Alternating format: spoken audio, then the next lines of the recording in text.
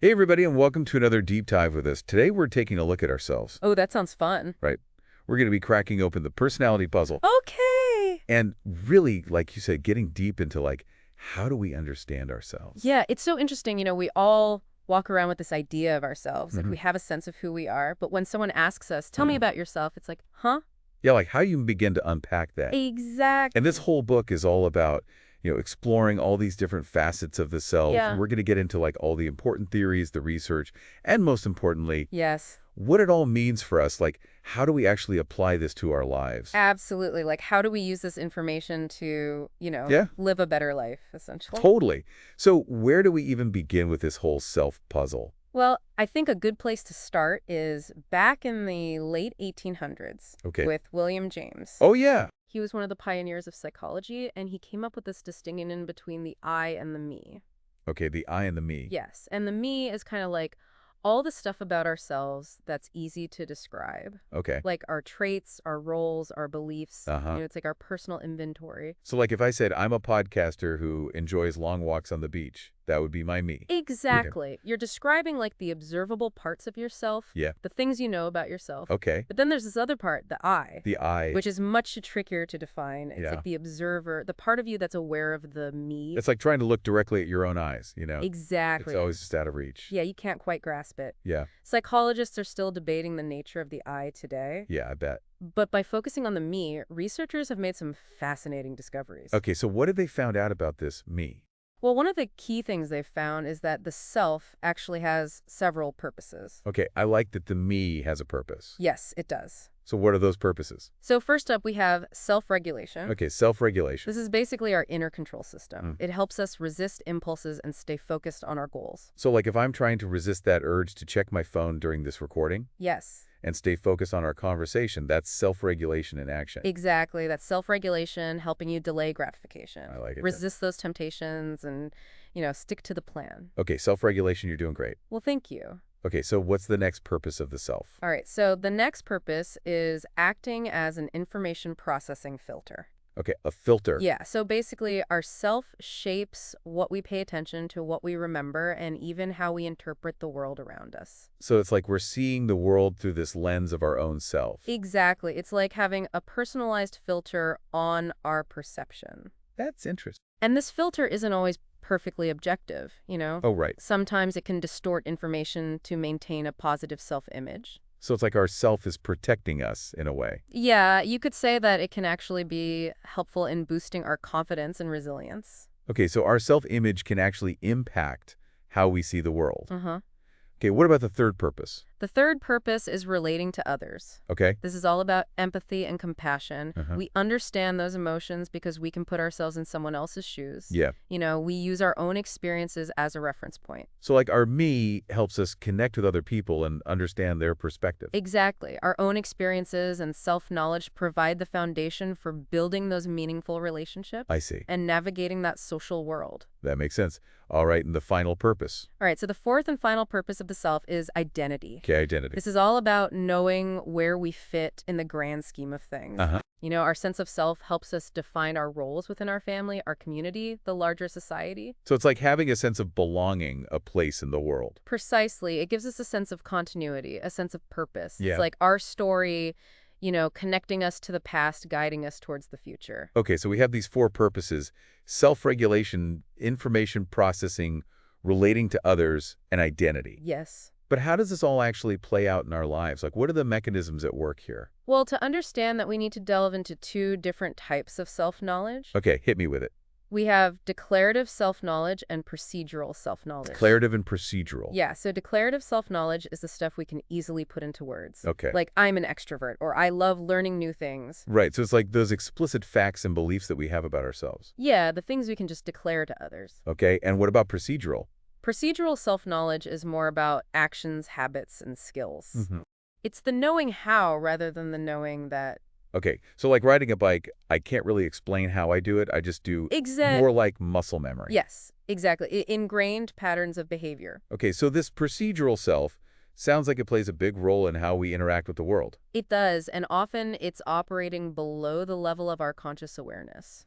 Fascinating. It is. So we've got this declarative self, all the facts and beliefs, Uh-huh. And then the procedural self, all about our actions and habits. Yeah. So let's unpack this declarative self a little bit further. Okay, sounds good. Where do we start? Well, one of the most central aspects of the declarative self is self-esteem. Okay, self-esteem. This is our overall evaluation of our worth. Right. And we all know that low self-esteem can be a real drag. It can be. Leads to, feeling down, lacking motivation, withdrawing from social situations. Yeah, but here's the thing. High self-esteem isn't always a good thing either. Oh, really? How so?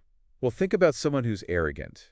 Narcissistic or has a distorted view of their abilities. Right. They might think really highly of themselves. Exactly. They might have very high self-esteem, but it's not based on a realistic assessment. So it's like a car's fuel gauge that's stuck on full even when the tank's empty. That's a great analogy. And to really understand this, we can look at sociometer theory. Okay, sociometry theory. Yeah, this theory suggests that self-esteem acts like a social fuel gauge. Okay, I'm intrigued. How does that work? So imagine your self-esteem as this gauge that monitors your level of social acceptance Okay. and belonging. Uh-huh. So if the gauge is low, Okay. it signals that you might be at risk of social rejection or isolation. Like a warning sign. Exactly, and it motivates you to strengthen your social connections. Okay, so it's like prompting us to take action to improve our social standing. Yes, exactly. I like that. And then on the other hand, when the gauge is high, it signals that you're doing well socially. Okay. You're accepted, you're valued by others. Uh-huh. This promotes a sense of well-being and confidence. Okay, so it's not just about feeling good about ourselves. It's also about our place in the social world. Exactly. It's all connected.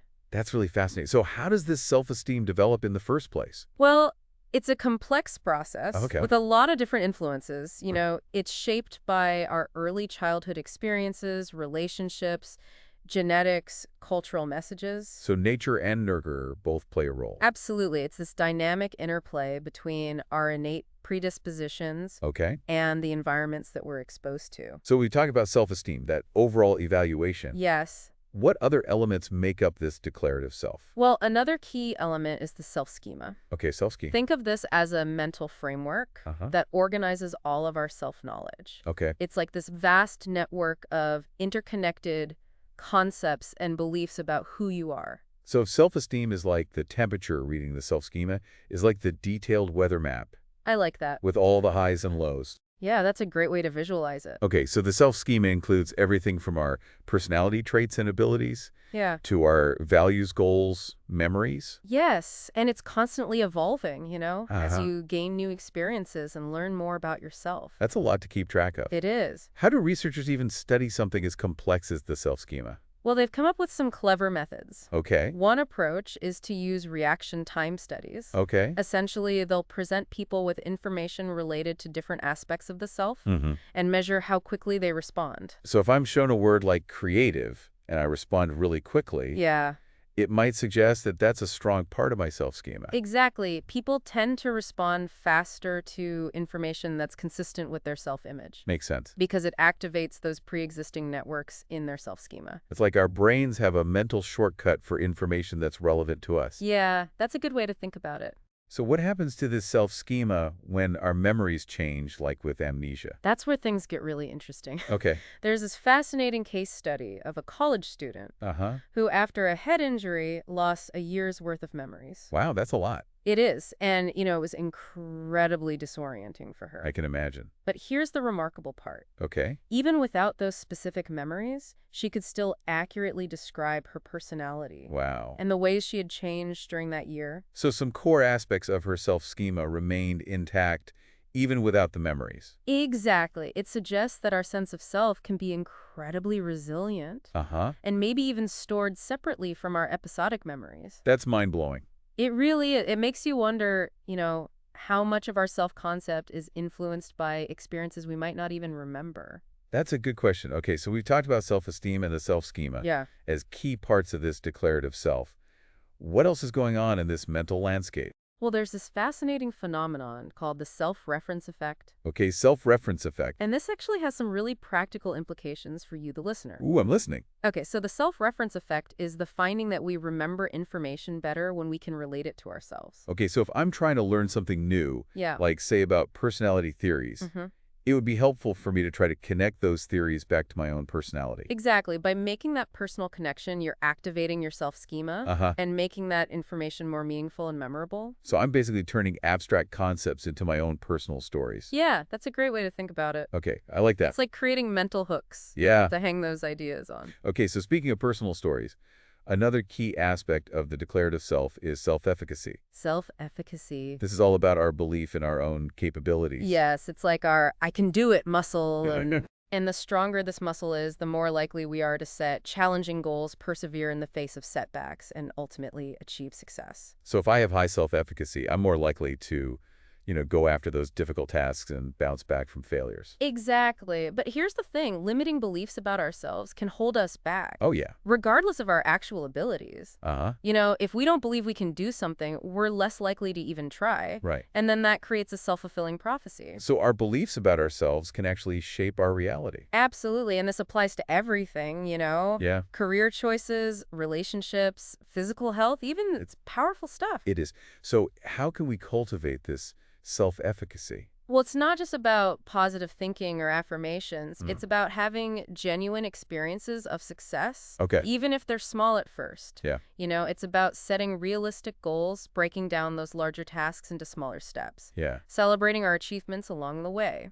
So it's about building that I can do it muscle through practice and positive reinforcement. Exactly. And this is where things like mentorship coaching, even therapy can be really helpful. I Having someone believe in you, provide that support can make a huge difference. Okay, so we've covered self-esteem, the self-reference effect, self-efficacy. Yes. All these things are about, our present understanding of ourselves. Uh-huh. But what about the future? Does our sense of self extend into how we imagine our future selves? That's a great question, and the answer is yes. Okay. The book talks about this concept called possible self. Possible selves. And these are essentially images of who we could become in the future. So we're not just limited to who we are now, but also who we aspire to be. Exactly. These possible selves can be incredibly motivating.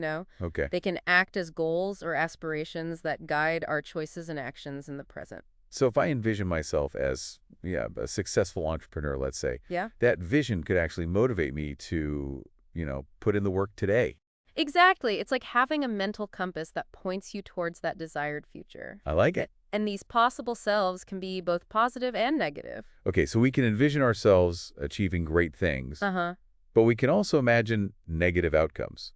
That's right. We might have fears about failing, disappointing others, not living up to our potential. Right. And these negative possible selves can sometimes be motivating as well. Oh, how so? Well, they might prompt us to avoid certain paths or make changes to prevent those outcomes from happening. Okay, so it's like the carrot and the stick. Yeah. Positive possible selves are pulling us towards our goals. Uh-huh. Negative ones pushing us away from what we fear. Exactly. A great analogy. Okay, so these possible selves, they're not just individual fantasies. No. They're also shaped by our culture and social environment. Absolutely. Societal expectations and norms can really influence who we imagine ourselves becoming. Right, so like gender roles, for example. Exactly. A young girl growing up in a culture that emphasizes those domesticity might envision herself as a homemaker, Yeah. whereas a girl growing up in a culture that promotes female leadership might see herself as a CEO someday. That's right. Our possible selves reflect the possibilities that we see around us. Okay, so how do these possible selves actually fit into the larger picture of our self-concept? Well, one way to understand this is through self-discrepancy theory. Okay, self-discrepancy theory. This theory focuses on the ideal self and the ought self. Okay, break those down for me. All right. So the ideal self represents who we want to be. Okay. It's our hopes, dreams, aspirations. It's Oh. like the best version of ourselves that we strive for. So our personal hero, the person we admire and want to be like. Exactly. And then there's the ought self. The ought self. This represents who we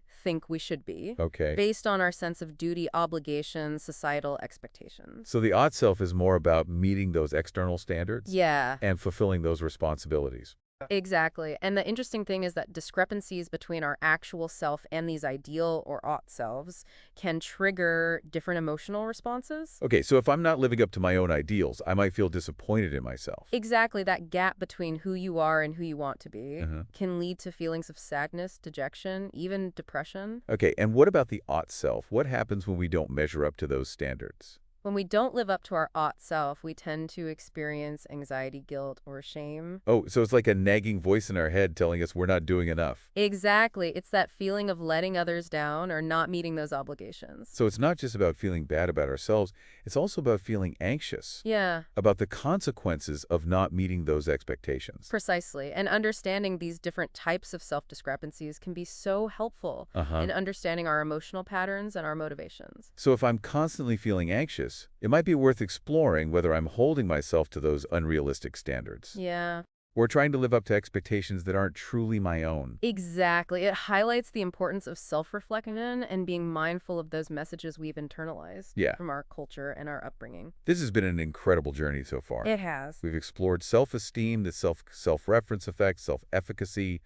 possible selves, self-discrepancy theory. Yeah. It's amazing how much is going on in this realm of the declarative self. It is, and there's more. Oh, there's more. Yes, we haven't even touched on the procedural self yet. Oh, right, the other half. Exactly, the part of the self that operates largely beneath the surface of our conscious awareness. Okay, I'm already hooked, so we'll dive into that hidden world of the procedural self in the next part of our deep dive. We will. Stay tuned, everybody. All right, so welcome back, everyone. We're going to be diving into this fascinating world of the procedural self. Ooh, the procedural self sounds kind of mysterious. It is. It's like that behind-the-scenes part of us that's always running, even when we're not consciously aware of it. Okay, so remind us again, what exactly is the procedural self? Remember, it's all about how we behave, our habits, our skills. Right. Those things we just do without really thinking about them. Okay, so it's like when you're driving and you suddenly realize you don't remember the last few miles. Exactly. You were on autopilot. Yes, your procedural self was in the driver's seat. I see. So it's not something we can just access through introspection. Right, you can't just sit down and think your way to changing a deeply ingrained habit or behavior. Okay, so it's not as simple as saying I'm going to be more organized or I'm going to stop procrastinating. Nope, it takes more than just willpower. So how do we actually change those deeply ingrained habits then? Well, think about it like learning to ride a bike. Okay. You didn't just read a manual and suddenly know how to do it. Right. You had to get on the bike, wobble around, fall a few times, and gradually develop that muscle memory. Yeah, that's true. So it's the same principle with changing habits or learning new skills. Okay, so it's more about learning by doing rather than just thinking about it. Exactly. Practice, repetition, and feedback are key. So if I want to break a bad habit, Mm-hmm. I need to actually practice those new behaviors. Yes, consistently until they become more automatic. So it's about consciously rewiring those unconscious patterns. Exactly. And just like having a coach can help you learn a new skill faster. Yeah. Seeking guidance from a therapist or a mentor can be really helpful in changing those ingrained patterns. So it's like they provide that extra support and accountability. Exactly. They can also help you develop more effective strategies. Okay, so it's not about beating ourselves up for having these habits. No, not at all. But rather approaching them with curiosity and a willingness to try new things. That's a great mindset. Okay, so we've been talking about the procedural self in terms of habits and skills. Yes. But earlier we talked about how one of the key functions of the self is relating to others. Uh-huh. So how does the procedural self play into that?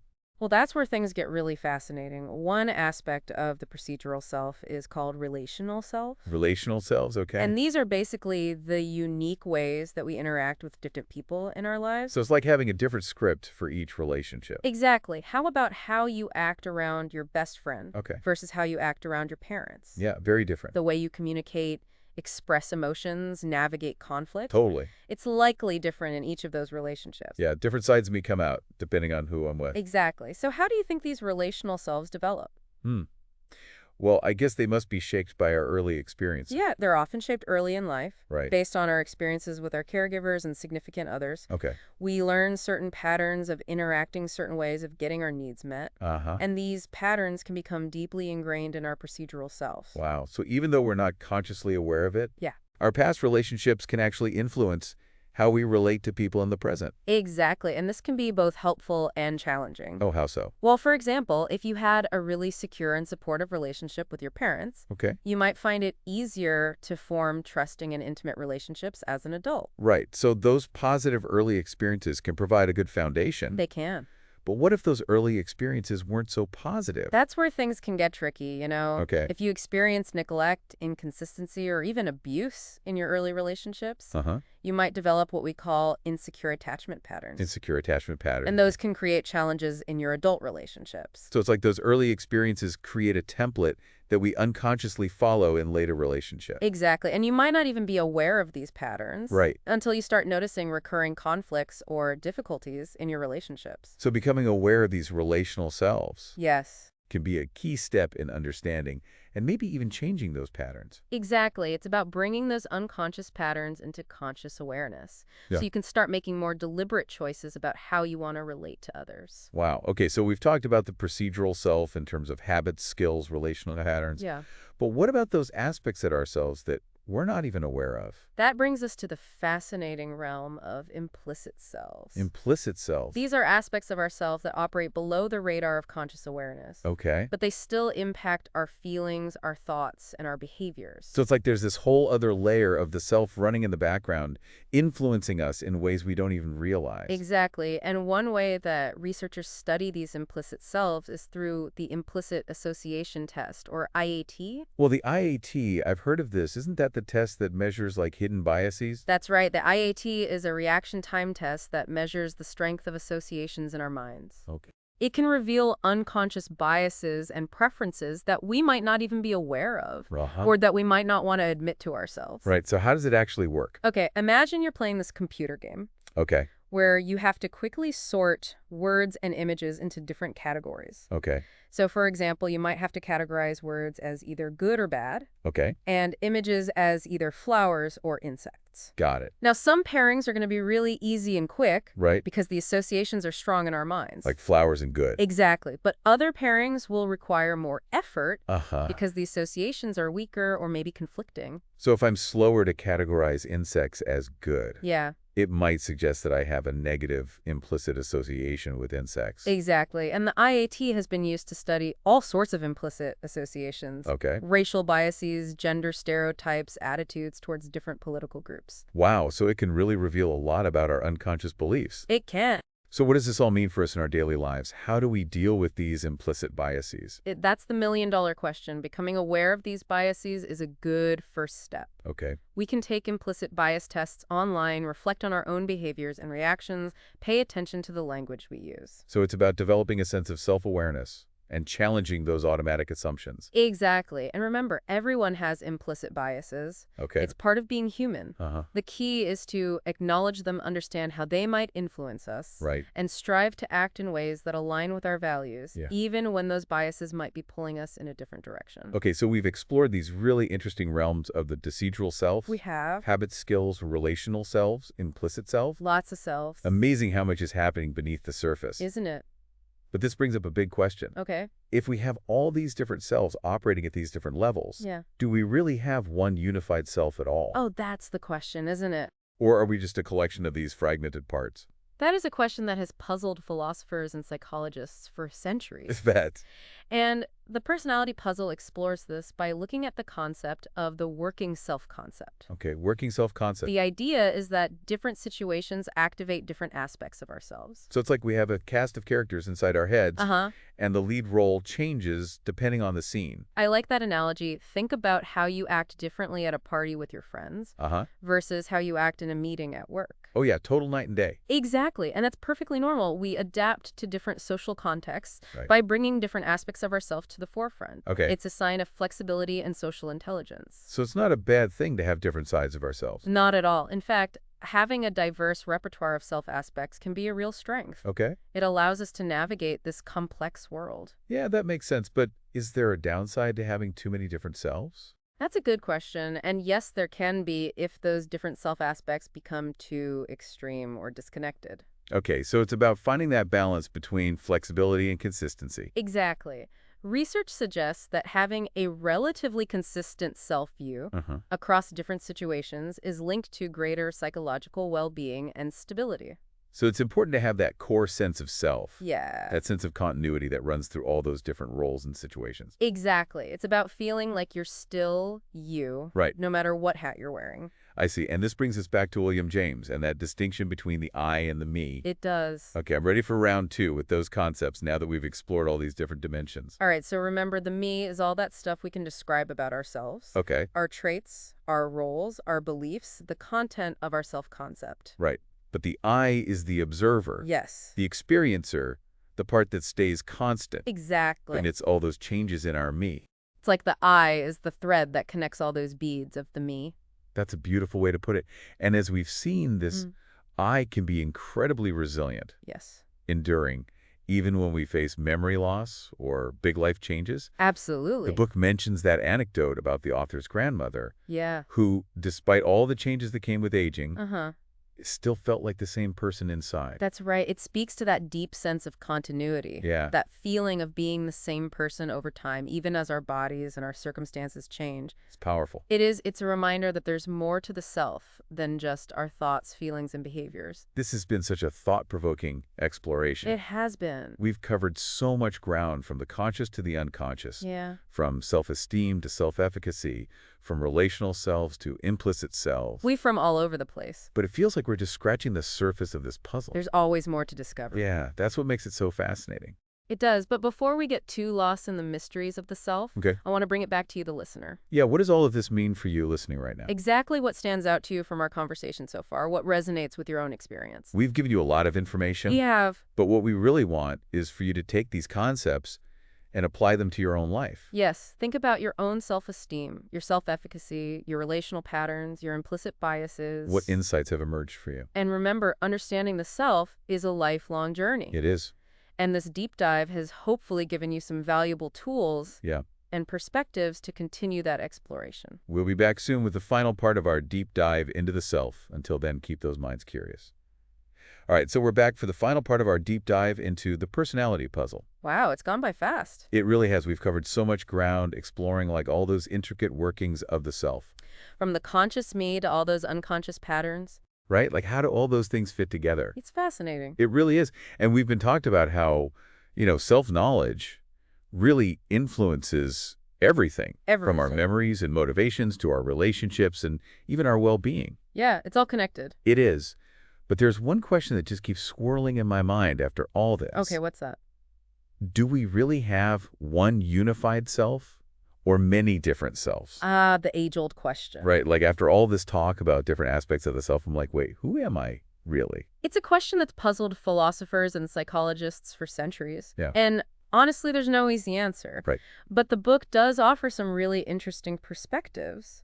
Remember that concept of the working self-concept. Oh, yeah, like different situations call upon different parts of ourselves. Exactly, like different actors taking the stage depending on the scene. Right, so we kind of shift and adapt to different contexts, We do. bringing forth the parts of ourselves that are most relevant. Yeah, think about how you might act differently around your boss versus your closest friends. Oh, totally different sides of me for sure. Exactly, and that's a good thing. It's True. a sign of flexibility and social intelligence. So it's not a bad thing to have different sides to ourselves. Not at all. In fact, having a diverse repertoire of self aspects can be a real strength. Okay, good to know. It helps us navigate a complex world. But I guess there's got to be a balance, right? Like, is there a risk of becoming too fragmented? Yeah, that's a valid concern, and researchers have actually looked into that. Okay. While having a flexible sense of self is generally seen as positive, Uh-huh. there is some research that suggests excessive self-concept differentiation, Meaning? like seeing yourself as drastically different in all sorts of contexts. Okay. That can actually be linked to some challenges with mental well-being,